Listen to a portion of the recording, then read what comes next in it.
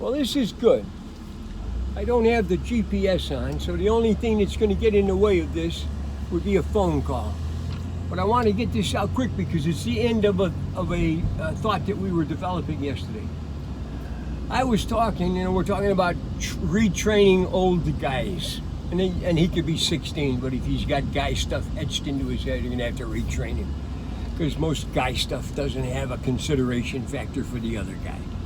Guy stuff is me. And you guys all know that. I'm not telling you anything you don't know. Okay? So we're talking about why you should put the toilet seat down. And we were right at the point to where this lovely creature is about to shit herself so bad that she has rounded the corner into the bathroom. She has now pointed her ass toward the toilet. And if you recollect this, and all of you have done this, when you come in, you plant your feet at the point where you think that you can, from that point, flop your ass onto that toilet seat and get rid of it, because it's coming. Every time you do that, you land on the toilet seat, and that slows you down so you don't go into the toilet, and then you do what you got to do, and then you clean yourself, and you get up, and the process is over. A simple thing, But nobody looks. When you're in that mode, the guy's, fuck, she can do it. But she hasn't seen it. She's going on the premise that there's a considerate fuck in the house instead of an asshole. And the seat is down. If the seat's not down, all kinds of bad things, including the death of the woman, have occurred. Number one, the shit's coming one way or the other. So instead of at least, it blasting out of her ass and she can clean herself up, she's now up to her waist in it. And she's jammed into the toilet in this kind of a thing. She came in, she sat, because the fucking seat wasn't there, it compressed her, so her legs are up, her back, and she's scrunched together. Unless you have really strong arms, probably legs too, and good resolve, you're going to have a hell of a time getting out of that predicament. Especially since almost invariably you've hurt your back. Because that thing has slammed into you're that deep down into the toilet. Now, because you were able to assert yourself, Mr. Macho, and didn't have the sense of decency to put the seat down, the fucking woman dies. See, this is not bullshit. This is the real extreme of every fuck up you do in your life. Every time you fuck up, you skew the process. The process is used to it because we're all fuck ups, right? Except, as we start becoming classy guys, we start looking around and seeing where we, not all of us, just you, me, can make a difference, even if it's a little difference, picking up the trash. I promise you, I've startled, been walking with a bunch of executives, some crap, I've been over and pick it up. Just because I'm talking to them, and I said, what the fuck are you doing? I said, I'm picking up the goddamn trash. It's some inconsiderate shit, maybe even like you, put down on the ground. We need to see ourselves, trying to find the right exact word, as the provider of encouragement and gentle guidance for our brothers and sisters out there. You don't want to be busting somebody's chops, shit. They got a mom and dad to do that for them. But you could say, John or Bill or Mary, I happen to notice that, you do this stuff. Do you realize that it kind of looks like you don't give a shit when you do that? Most people don't know. They got their heads up their ass. Yeah, let me tell you a story. I was a bartender for a few years. Every Buddha should be a bartender. you know, all that energy that's at the bar, you know, you think about why you go drinking, and all of that is made available to the bartender. He's there to be the father confessor and the good time Joe and the buddy and all the rest of that stuff. So a guy comes in and he is wired. I don't know about those kind of drugs. So I couldn't tell you what he was wired on. But I mean, he was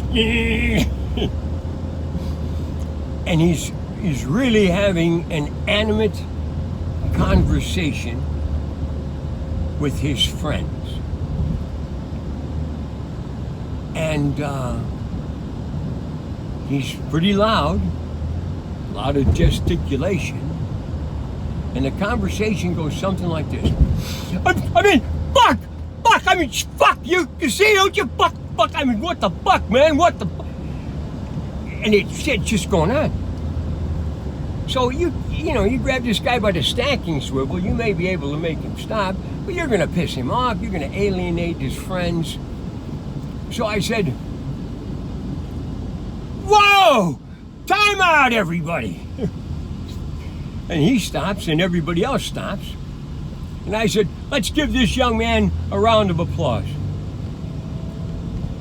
And he says to me, what for? I said, sir, you just broke the world's record for saying fuck the most times in 5 minutes. I'm buying you a drink. And he said, what do you mean? Oh, I said, sir, I said, you know, you're spitting out about 93% fuck, and then a couple other words slipped in every now and then. And he looks at his friends, and he said, really? And they went, So now, number one, brought him back down to earth. Number two, because he's actually a good guy, he's just taking something that's like, let some of those uncontrollable energies out. And he apologizes quite honestly, I thought, to all the people there. I think he gave me a $5 tip, but that's not the point. The point was that any other way he'd become a belligerent. This is why you need to be aware. When someone's doing something that you may personally think is abhorrent, like this guy wired on some shit saying fuck it at 93 words a minute, also understand that there's probably a legitimate reason why he's doing that in his mind. He's just lost his immediate sense of decorum, I like to think. And almost all those guys, you know, I can't tell you how many times I've asked guys to hold it down. I've never had to fight anybody for it. A couple of times got a little bristly. And I had to say something like, do you really want to do that? Because you're being a little bit out of bounds here? Be nice to the people in the restaurant you're talking in. See, now, if you're a bad guy and you're listening to this thing, in the back of your head say, hey, fuck that, I'll talk as loud as I want to. Sure you will. And then everybody will know, they'll know who the asshole in the room is.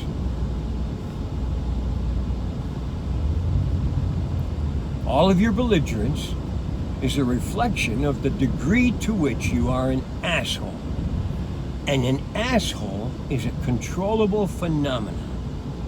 It is determined by your manifestations, by the way you do your business, by the way you treat people, by the look you give people.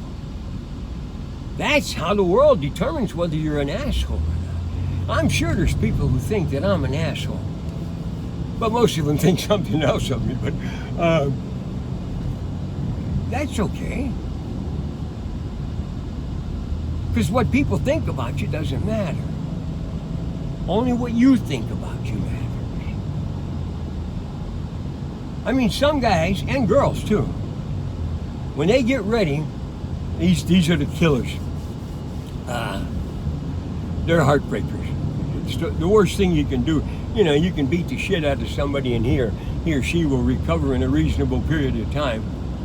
But you break their heart. I mean, some of you poor babies have been lamenting over a broken heart for so long you can't remember when it started. Make today the day you stop that. Fuck that.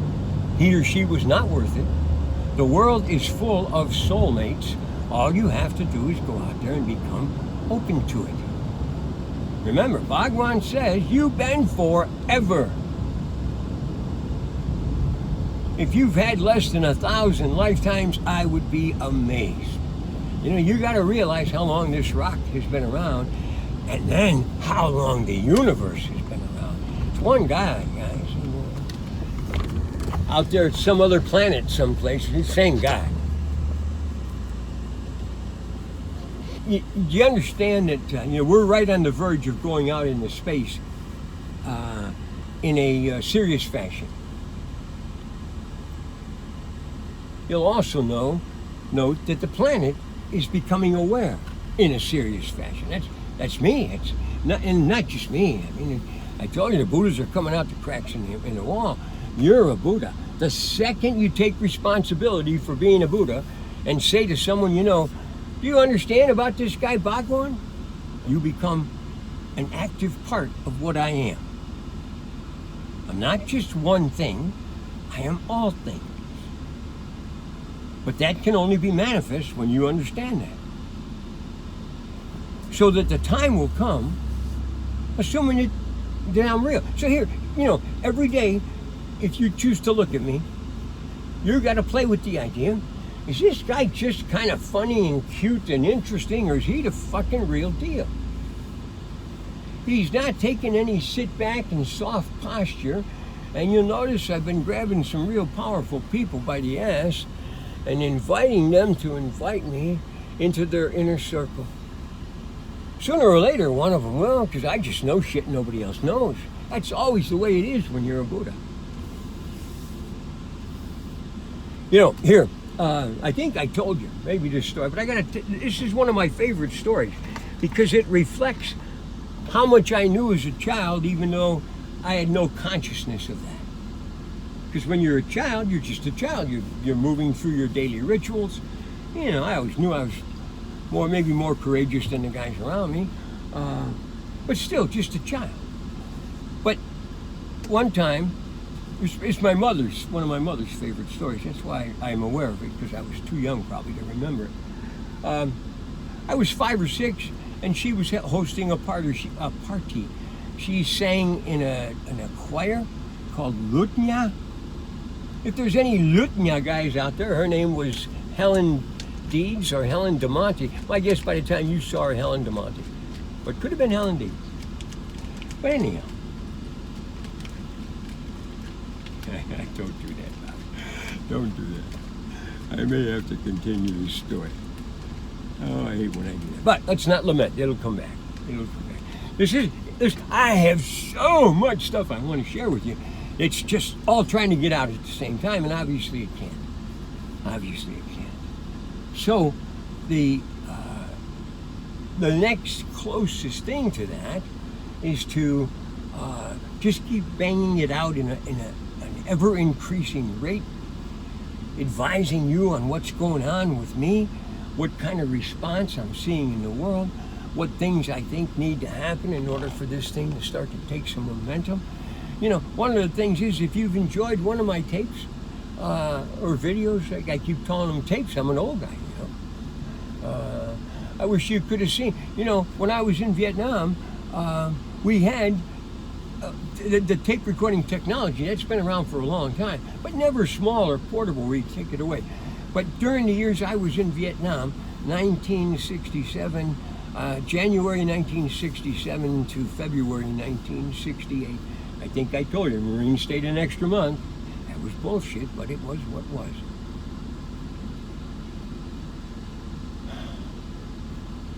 Son of a bitch. I'm so wound up.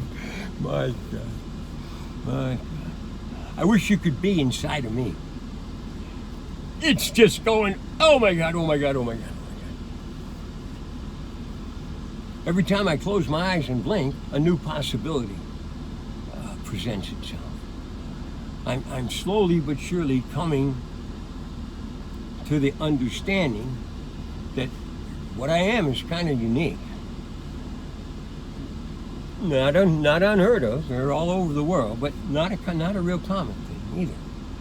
Because I'm an aggressive, still forward-moving, 78-year-old man who's, just pretty much open to whatever the world has to send him, and he's a creature of flow, which means I have no plans.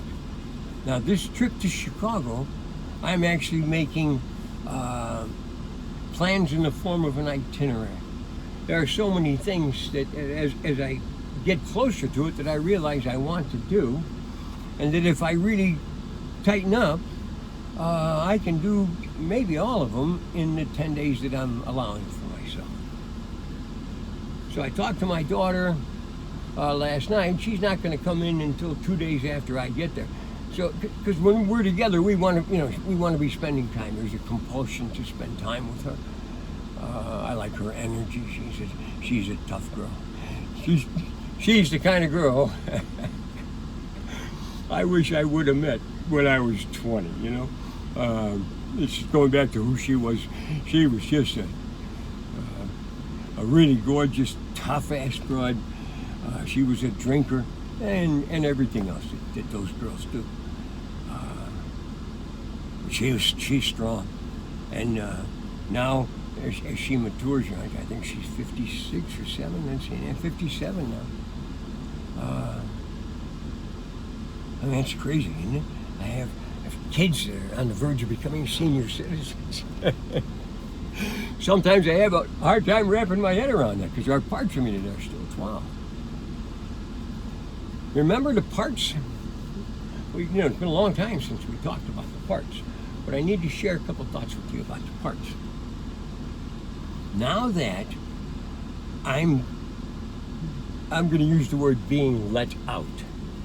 I mentioned in one of the earlier videos that because of my wife's serious set of restrictions on her journey, I was not in any position to have freedom of movement or even freedom of action in the last many years.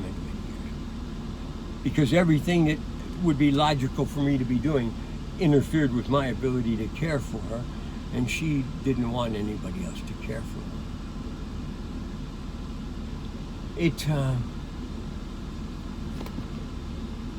It has created in me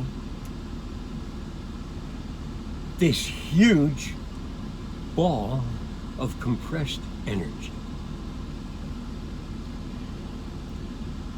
When you have disciplines, you can have all of these needs and things that you want to execute on, but are unable to.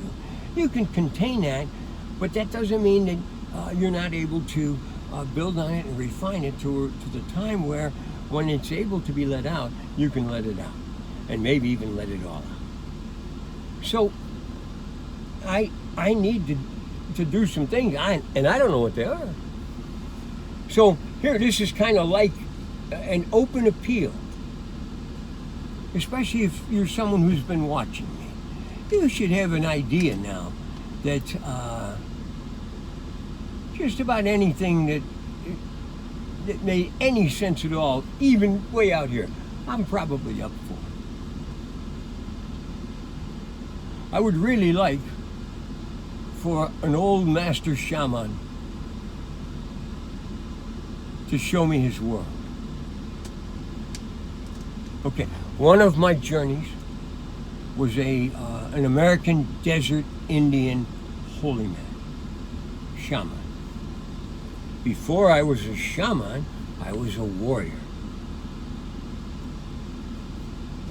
I remember I was trying to knock out a marathon once, and I remembered him, how he could run that distance at a hard trot and be ready to go to battle at the end of it. So naturally, he was a seriously crazy fuck. So I find him. What are the wonders of the hallucinogens? Everybody's afraid of those damn things. They're one of the ways God shows you what's out there. That's why all cultures have them somewhere in their, at least in the corners where the guys are mystic. You know, if you're a regular Christian or a regular Jew or a regular Muslim, you're not getting the mystical stuff. You're getting the stuff that's meant to keep people boxed in a nice, controllable herd, you know? I mean, you guys understand that, don't you? I know you do. I know you do. That's why you have your closed communities, you know? Everybody's the same. No thoughts, no new thoughts get in. We pretend we're good, but we're not. We slip behind, Children become deprived of the wonder. This is the time of the wonder. All these golden children being born into the system. So you, as their parents, you should be open, more open as is humanly possible for you. Because that's where your kid's going to get the best shape.